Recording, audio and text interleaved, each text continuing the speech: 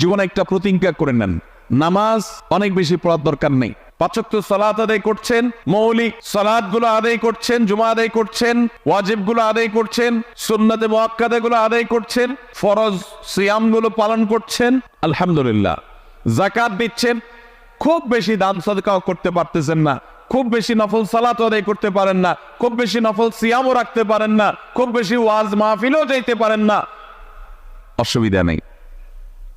একটা প্রতিজ্ঞা করেন যে ঈমানটাকে বিশুদ্ধ করবার পর, শিরক এবং কুফর থেকে আকীদাটাকে সহিহ করবার পর আমি 5 ওয়াক্ত সালাত, রমজানের সিয়াম, হজ ফরজ হলে হজ, যাকাত ফরজ হলে যাকাতটা আদায় করব, আর আমি হারাম উপার্জন থেকে বেঁচে থাকবো। ইনশাআল্লাহ জান্নাতের পথ একেবারে সহজ।